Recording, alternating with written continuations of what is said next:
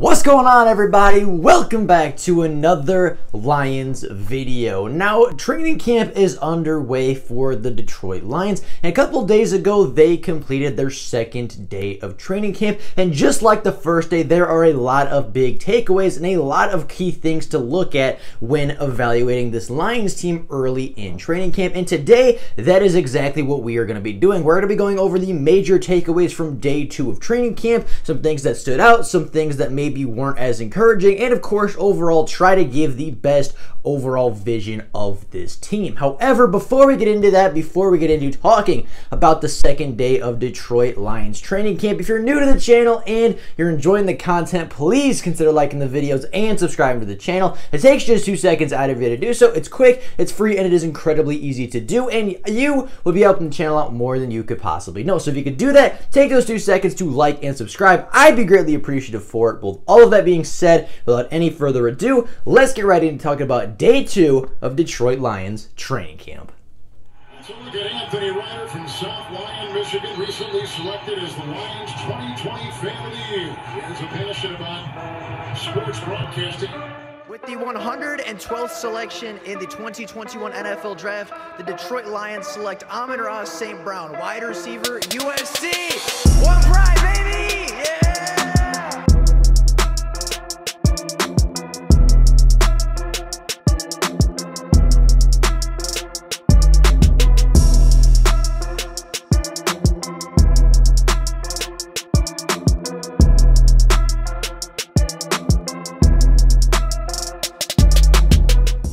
Now, a player we did not talk a lot about yesterday was one of the biggest players on the Lions as of right now in their Pro Bowl tight end, TJ Hockenson. Now, TJ Hockenson didn't necessarily stand out the most on day 1, but coming in on day 2, he looked phenomenal. He looks quicker, he looks faster, he looks way more explosive this year. And again, after another offseason of working with guys like George Kittle and Noah Fant, that those Iowa players always get together in the offseason and work and get better and improve each other's game. You know, they work together every single offseason, and TJ, yet again, just like a year ago, is coming into this preseason, coming into this season looking bigger, faster, stronger, more explosive, and more impressively, he looks even quicker off the line than he did a season ago. And with TJ being the #1 weapon now in Detroit, being really that #1 target through the air, getting open early in routes and showing that initial quickness to create separation is going to be very important for him. And if he's working on that, improving that on top of what he's already good at, and on top of all of the things he's already so good at, he's going to be a really hard force to stop in the 2021 season. Now, another player that's kind of flying under the radar a little bit this offseason is cornerback Mike Ford. Mike Ford has been a cornerback in the Lions organization, I believe, for the past 3 years. I believe he's going into his 4th year of NFL play, but I could be mistaken on that. But Mike Ford is a guy that for a majority of his NFL career has been a role player, hasn't started a lot of games, hasn't seen a significant amount of playing time or a significant amount of snaps, but when he has seen the field, he has been playing really solid. However, this year seems to be a little bit of a change. Mike Ford, for a majority of OTAs, for a majority of minicamp, and for the beginning of training camp, he has been starting at the nickel cornerback position. He has been starting and has been taking reps with the #1 team for that slot cornerback position, and for the most part has been looking really solid in that role. He's making a lot of plays, he's not allowing a lot of completions, and has had a couple of nice breakups here and there over the first couple days of camp. Mike Ford is not only playing in the slot, he's also rotated on the boundary. He does have the size to play on the boundary and has done so in the past in a rotational role for the Detroit Lions. So with that versatility in mind and the fact that Mike Ford just continues to get better, has never really played poor football in my opinion.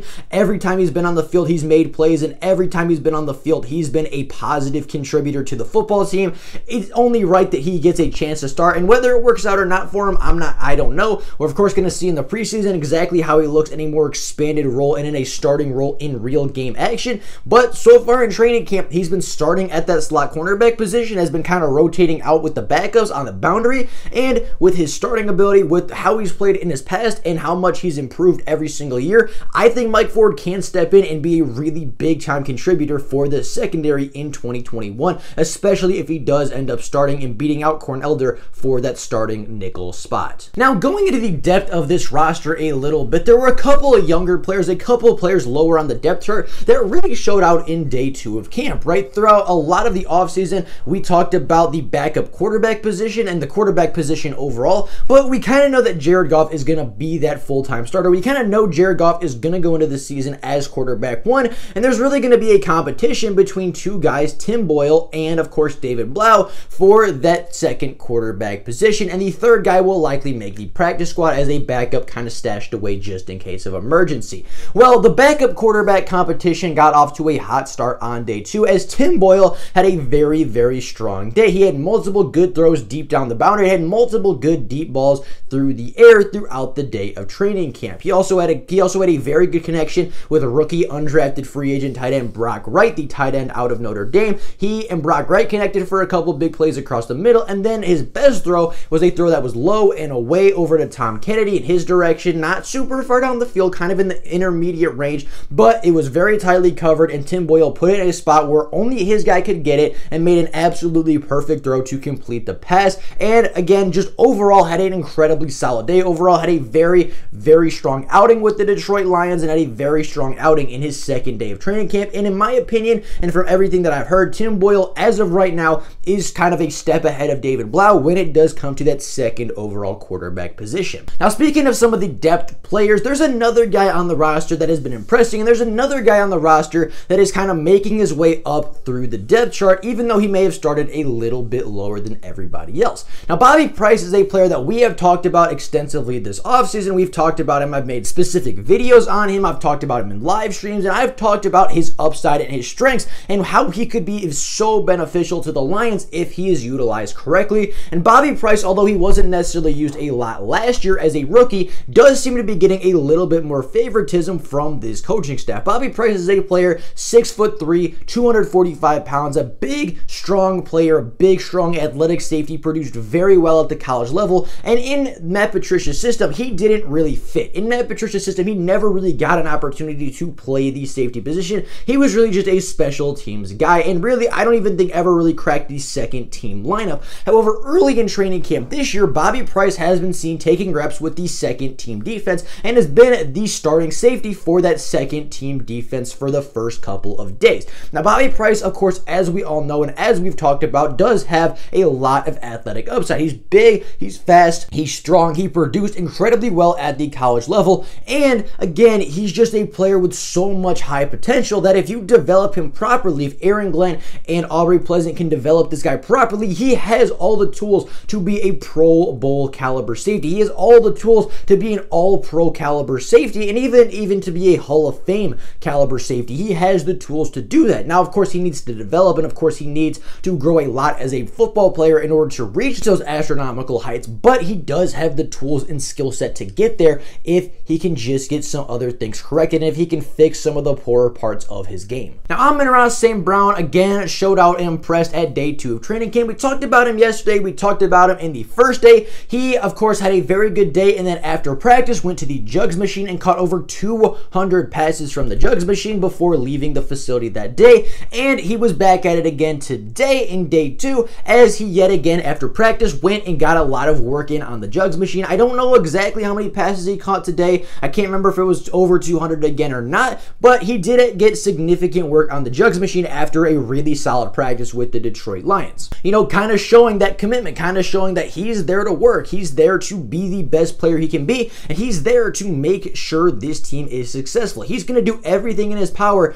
to make this a winning football team, and if everybody works as hard as Amon-Ra St. Brown, this team is going to be incredibly dangerous this season. If everybody worked as hard as Amon-Ra St. Brown, then the Lions would be an incredibly difficult franchise to beat, and they would be a very, very winning organization. And I think Amon-Ra, especially being a rookie, kind of setting that precedent, kind of setting and putting that mindset in place of like, yeah, I'm going to work this hard every single day, and I'm just going to work and work and work and try to be a leader from my actions. That kind of speaks a lot to me, just to the kind of person that he is off the field, and of course the player that he is on the field. And when you see players like that working genuinely and generally, a lot more players tend to follow suit in the very near future. And then the last thing we have to talk about today, the last piece of news for today, is some news surrounding Tyrell Crosby. Now, Tyrell Crosby has been a player that has been a very much rotational-esque player for the Detroit Lions, kind of like the Mike Ford of the offensive line, a guy that very rarely starts for the Lions, but a guy that over the past 3 or 4 years has just kind of rotated around, played a lot of different positions, has stepped in when he has needed to, and overall, when he's been asked to step up, has played a really, really solid football. Now, Tyrell Crosby actually did get a starting role a season ago, as he started as the Lions right tackle in week 1 and started 10 games for the Detroit Lions a season ago, splitting some time and splitting some starts with, of course, Big V. However, Tyrell Crosby didn't necessarily play well enough a season ago to solidify his spot at the right tackle position. He played fine, he played okay, stepped up and actually played well for the position that he was in, but overall didn't have a phenomenal season, right? Didn't have a great starting season, even though it was, far from the worst tackle in the NFL or anything like that. He was just an average starter at the offensive line, but Brad Holmes and Dan Campbell didn't want average on the offensive line. They wanted the best, so they went out and they drafted Penei Sewell, the generational talent at the right tackle position out of Oregon.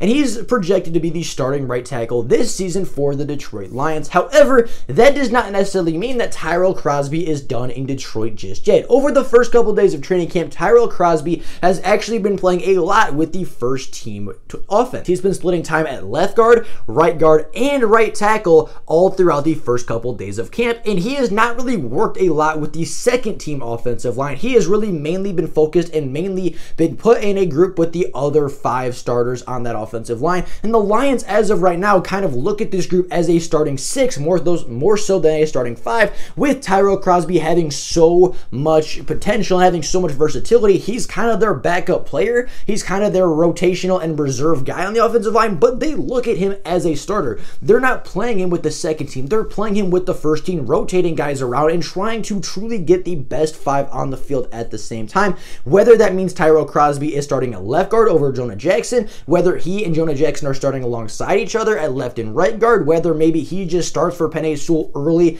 in Penei Sewell's career and allows him a little bit more time to develop into the NFL, or if that means that Tyrell Crosby sits on the bench for a couple of games and comes in when somebody gets hurt or just when they need a rotational guy, then that's exactly what he's going to do. But he is not looked at as a backup in this organization. Brad Holmes, Dan Campbell don't look at this guy as a backup. They look at him as a full-time starter, and that's exactly how they're treating him, which I think is a very interesting take on the subject of Tyrell Crosby. Now, with all that being said, that is live for you guys today. Those are the biggest takeaways from day 2. Some of the standout players being TJ Hockenson, Mike Ford, Tim Boyle, and Bobby Price, along with, of course, Tyrell Crosby thrown in there as well. But with all that being said, that is live for you guys today. Let me know what you guys think about these biggest takeaways. Let me know how you think training camp is going so far for the Detroit Lions. And of course, leave your thoughts and comments in the comment section below. But with all that being said, that is live for you guys today. Thank you all so much for watching. And until next time, and as always, go Lions!